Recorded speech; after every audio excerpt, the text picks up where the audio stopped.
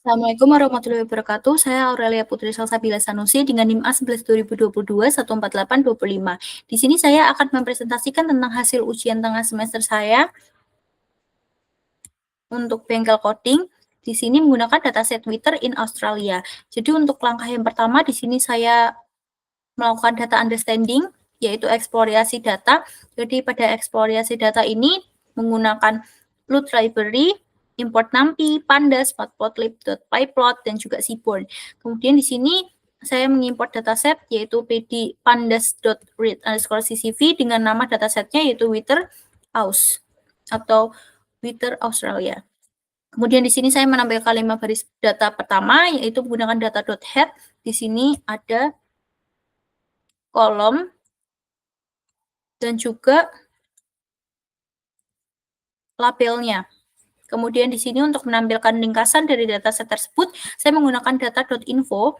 Jadi di sini ada kolomnya nih, ada date, location, min temperatur, maksimum temperatur, ada rainfall, curah hujan, evaporation, ada sunshine, wind gust year, wind gust speed, ada wind year yang 9 AM, wind year 3 PM, wind speed 9 AM, wind speed 3 PM, humidity 9 AM, humidity 3 PM, pressure 9 EM, pressure 3 PM, cloud 9 EM, cloud 3 PM, temperatur 9 EM, temperatur 3 PM, ada rain today dan juga untuk labelnya yaitu rain tomorrow atau apakah besok hujan. Kemudian di sini untuk menampilkan statistik deskriptif, di sini menggunakan data.describe. Di sini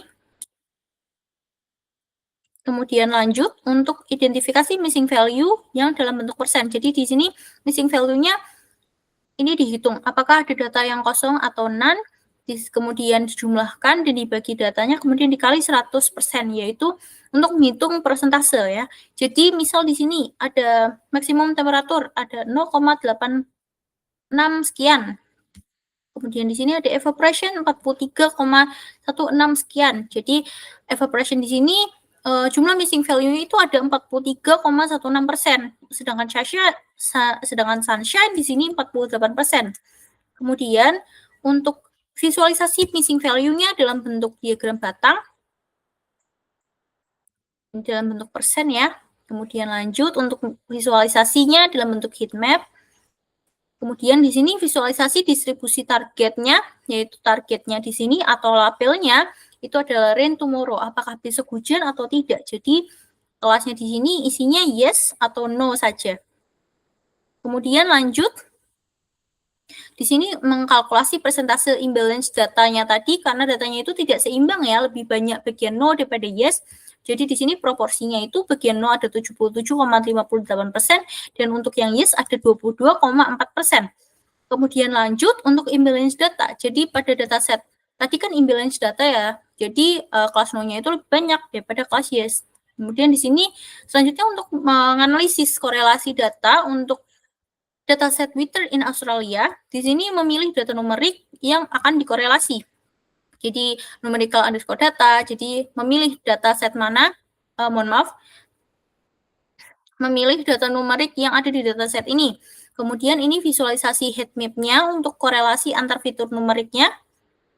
Jadi di sini ada yang warna gelap dan juga warna yang terang. Jadi pada heat map ini menandakan jadi warna yang semakin gelap itu nilai variabelnya akan berpengaruh pada nilai variabel yang lainnya, yaitu korelasinya positif. Sedangkan yang warnanya lebih terang ini, dia itu korelasinya negatif. Jadi jika nilai salah satu variabelnya itu berbanding terbalik dengan variabel lainnya. Kemudian data preparation atau pre-processing, di sini mengecek missing value-nya dulu, kemudian visualisasinya dengan library MSNO, kemudian di sini ada korelasi missing value, ya ini korelasinya, rain tomorrow dengan min time, rain today dengan max time, dan seterusnya. Kemudian pada korelasi ini tuh, jika nilai mendekati 1, maka kolom A, saat kolom A hilang, maka kolom B juga hilang. Namun jika mendekati minus 1, dia saat kolom A yang hilang, maka kolom B itu akan mulai terisi. Kemudian identifikasi missing value dalam urutan persen. Di sini missing value-nya diurutkan dalam urutan persen. Jadi yang tadinya sudah dipersenkan ini diurutkan dari yang terkecil hingga yang paling terbesar, yaitu yang paling terbesar yang tadi adalah Sunshine dengan 48%.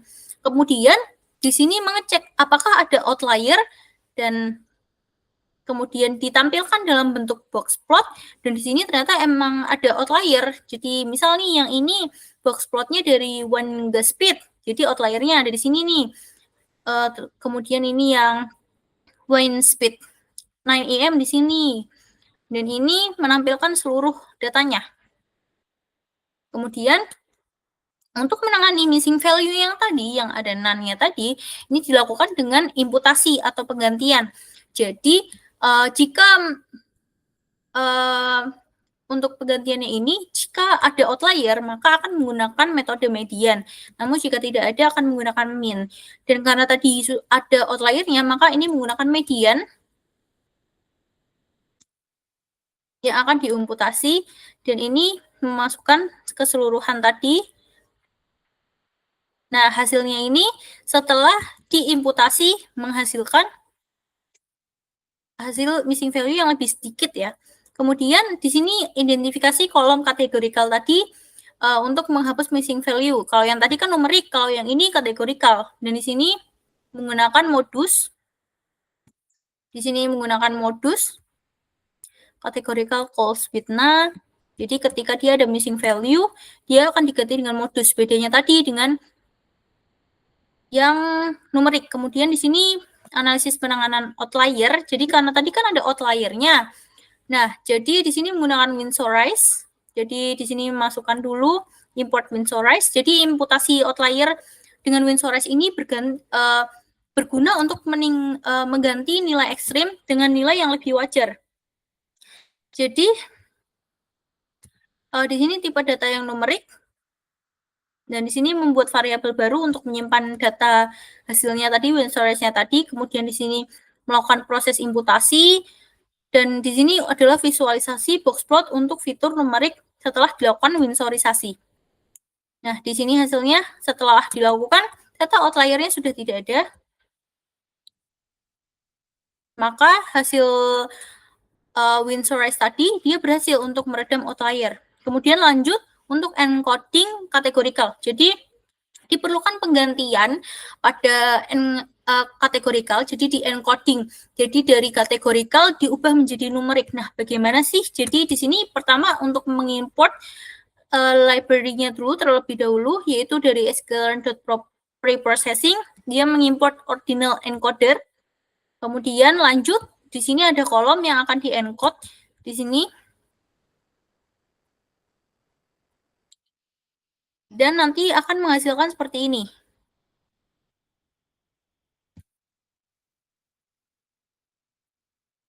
Nih, jadi tadi location-nya kan ada yang dari location per kota. Nah, ini diubah menjadi numerik. Jadi dari kategorikal menjadi numerik. Kemudian lanjut ke tahap scaling. Ini menggunakan standard scaler. Dia akan mengecualikan kolom rain today dan juga rain tomorrow. Karena rain today dan rain tomorrow ini dia hanya dua nilai saja, yaitu nilai yes dan no. Dan di sini ini inisialisasi standarnya menggunakan yang scalar.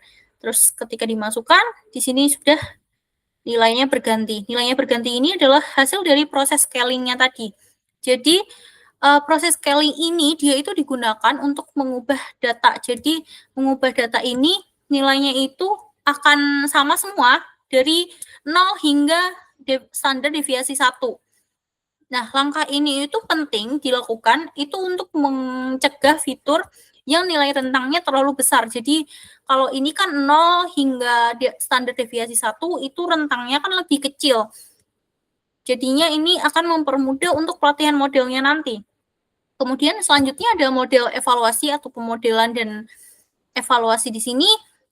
Mengimport library model dulu, dan di sini saya akan memakai KNN dan juga regresi linear. Jadi sebelum masuk ke dalam model itu saya membagi dulu datanya. Jadi menjadi data testing dan training.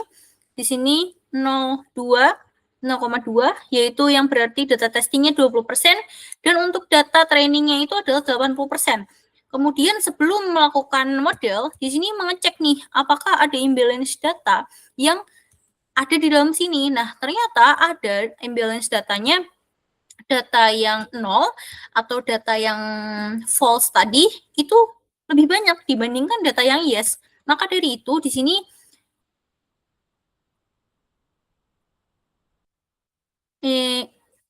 nah, selanjutnya nih lanjut dulu untuk yang model klasifikasi. Di sini ada KNN dan regresi linear. Dan di sini ketika dimasukkan ke dalam model itu hasil presentasenya adalah akurasinya 91%, sedangkan yang regresi linear ini 89%. Jadi lebih besar yang bagian KNN. Nah, di sini validasi dan sampling datanya nih. Jadi untuk penanganan data imbalance ini menggunakan SMOTE atau oversamplingnya ya. Jadi di sini oversampling. Nah, ini data sebelumnya. Datanya nih sudah imbalance nih. Namun ketika menggunakan SMOTE atau oversampling, dia datanya jadi balance. Jadi datanya tidak ada yang lebih besar atau lebih kecil. Kemudian di sini melakukan pemodelan ulang setelah di imbalance data. Di sini menggunakan KNR model over itu artinya setelah oversampling. Nah, di sini nih hasil akurasinya nih setelah KNN nih. Jadi 87% atau jika dibulatkan 88%. Nah, jika yang regresi linear dia menjadi 87%. Nah, kemudian ini evaluasi samplingnya. Jadi evaluasi samplingnya itu dari yang memakai oversampling tadi atau yang memakai SMOTE tadi itu membandingkan nilai F1 score-nya. Jadi F1 score-nya untuk kelas yang yes, yang tadi sedikit, dia sebelum SMOTE menjadi dari 75%, setelah dilakukan oversampling, dia menjadi 76%. Yang berarti kesimpulannya F1 score-nya untuk kelas yes itu akan meningkat setelah menerapkan oversampling SMOTE tadi. Kemudian fitur selection-nya di sini untuk mengurangi fitur dan mencari fitur yang lebih relevan nih.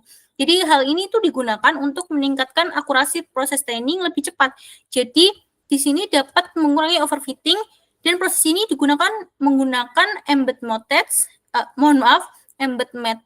pada random forest untuk mencari fitur yang paling penting. Dan di sini setelah dihasilkan, fitur yang paling penting ini yang paling teratas ada sunshine, dilanjut dengan cloud 3PM, kemudian evaporation. Kemudian di sini menggunakan diagram batang, nih sunshine-nya lebih besar, paling tinggi, kemudian dilanjut dengan fitur yang lainnya. Kemudian lanjut untuk yang hyperparameter tuning itu untuk mencari nilai hyperparameter terbaik. Jadi jika akurasi turun dapat menggunakan model. Teknik yang digunakan ini yaitu random search. Jadi di sini randomized searching.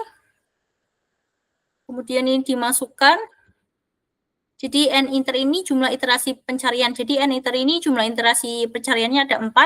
Kemudian proses random search-nya nanti akan menemukan yang base parameter atau parameter yang paling penting. Jadi tujuannya hyperparameter tuning dan juga yang tadi itu untuk mencari fitur apa sih yang paling penting di dalam dataset ini, di dalam melakukan pemodelan ini. Seperti itu.